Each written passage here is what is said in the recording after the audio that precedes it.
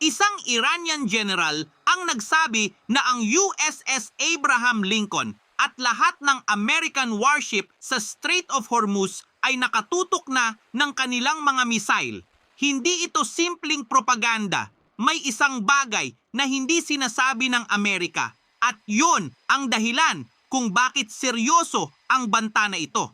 Ayon sa babala na inilabas ni Mohsen Rezaei, military advisor ni Supreme Leader Khamenei, ngayong araw may video siyang inilabas na nagsasabing ang mga launcher ay inilipat na ng kanilang mga kasamahan at lahat ng American warship ay nakatutok na.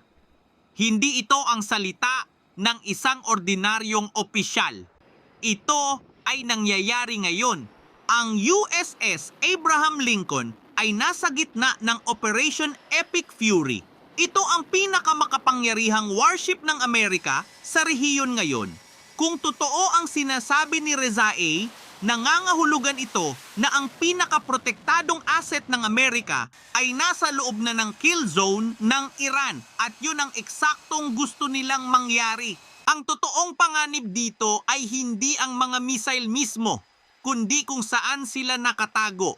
Ang Iran ay gumagamit ng mga civilian-looking truck para ilipat ang kanilang Nor at Gadir anti-ship missile system papunta sa mga coastal cave at hide site sa kahabaan ng magaspang na dalampasigan ng strait. Hindi mo makikita ito sa satellite. Ang Nor missile ay may range na around 120 hanggang 200 kilometers. Ito ang baseline coastal defense ng Iran. Ang Gadir naman ay ang extended range version. Kayang abutin ang hanggang around 300 kilometers. Ibig sabihin, kahit ang mga barko na nasa labas pa ng strait ay nasa loob na ng kill zone ng Gadir. Dalawa itong magkaibang antas ng problema para sa Amerika, pero mas malaking problema pa ito. Ang Iran ay mayroon pa ring tinatawag na missile cities, mga underground bunker na inukit sa loob ng bundok. Ayon sa mga ulat, kahit na sinira ng Amerika ang maraming entrance at surface facility, ang pinakamalalim na bahagi ng mga missile cities na ito ay nananatiling operational. Hindi pa naabot ng kahit anong strike ang loob ng mga ito. Ito ang totoong estratehiya ng Iran. Hindi direktang gera laban sa Amerika, kundi pilitin silang mag-operate sa loob ng kill zone.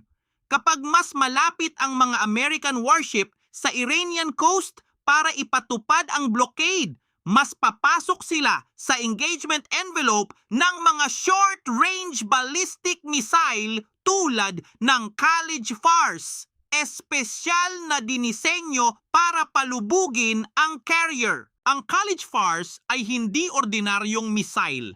Ito ay isang anti-ship ballistic missile, espesyal na ginawa para tamaan ng carrier. Ang totoong tanong dito ay hindi kung kaya ng Aegis itong tamaan, kundi kung ilan ang kayang tamaan ng Aegis bago maubos ang mga interceptor nito. Kapag dumating ang 10 Khalid Fars ng sabay-sabay, may limitasyon ang kahit anong sistema.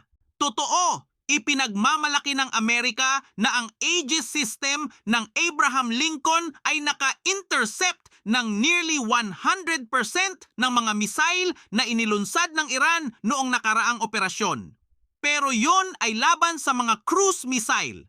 Ang tanong na hindi sinasagot ng Amerika, ano ang mangyayari kapag sabay-sabay na lumabas ang mga hidden launcher mula sa iba't ibang direksyon? Ang estratehiya ng Iran ay tinatawag na swarm and saturate. Hindi isang malaking missile, kundi maraming missile mula sa maraming direksyon sa iisang oras.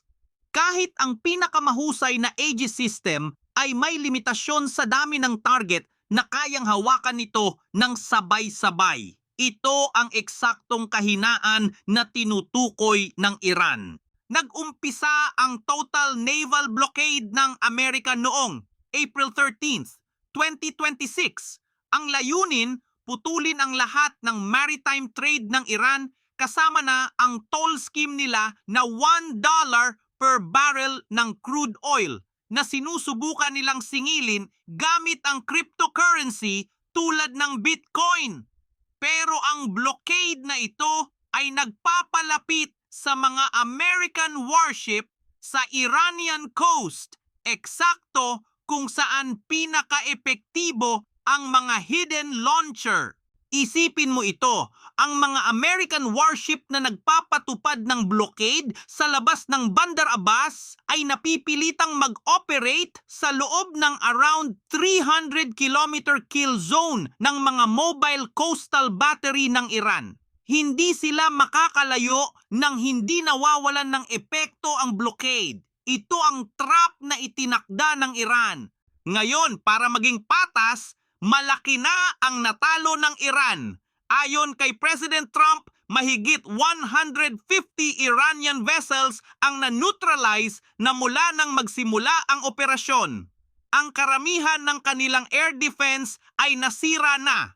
Ang ekonomiya nila ay dumudugo. Around $400 million ang nawawala sa kanila bawat araw dahil sa blockade. Kaya ang hidden launcher na ito ang halos lahat na lang na natitira sa kanila. Hindi kailangan ng Iran na lumubog ang Abraham Lincoln para manalo sa senaryo na ito.